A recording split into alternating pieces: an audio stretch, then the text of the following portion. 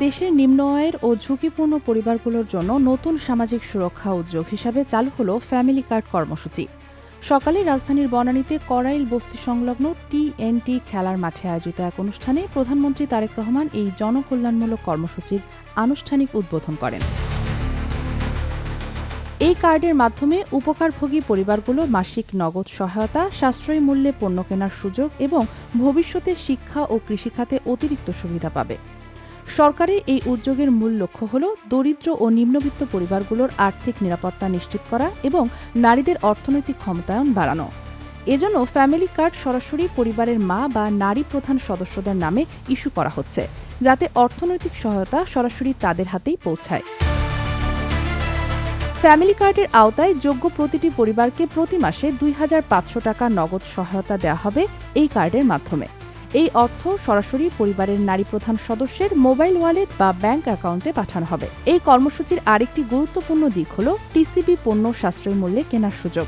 বিদ্যমান TCB card ব্যবস্থাকে upgrade করে ফ্যামিলি কার্ডের সঙ্গে যুক্ত করা হচ্ছে, যার মাধ্যমে স্বল্প মূল্যে প্রয়োজনীয় খাদ্যপণ্য পাওয়া যাবে। এছাড়া ভবিষ্যতে এই কার্ডের মাধ্যমে শিক্ষা উপবৃত্তি ও কৃষি ভর্তুকি দেওয়ার পরিকল্পনা রয়েছে সরকারের। ধাপে ধাপে বিভিন্ন সামাজিক সহায়তা কর্মসূচি এই একক ডিজিটাল প্ল্যাটফর্মের আওতায় আনার উদ্যোগ নেওয়া হয়েছে। প্রাথমিক পর্যায়ে পরীক্ষামূলকভাবে দেশের ১৩টি জেলার ১৩টি সিটি কর্পোরেশন ও বিভিন্ন ইউনিয়নের ১৫টি ওয়ার্ডে এই কর্মসূচি বাস্তবায়ন করা হচ্ছে। শুরুতে ৫১,৮০৫টি পরিবারের তথ্য সংগ্রহ করা হলেও যাচাই বাছাই শেষে ৪৭,৭৭৭টি পরিবারকে এই কার্ডের উপযুক্ত বলে চিহ্নিত করা হয় এবং পরবর্তীতে ডাবল ডিপিং রোধ, সরকারি চাকরিজীবী ও পেনশনভোগীদের বাদ দেওয়ার পর মোট ৩৭,৫৬৭টি পরিবারকে চূড়ান্তভাবে এই ভাতার জন্য নির্বাচিত করা হয়েছে।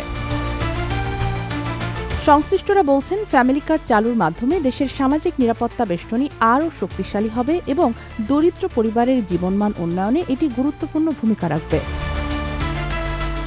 Sheikh Masuma, news desk, daily our Bangladesh.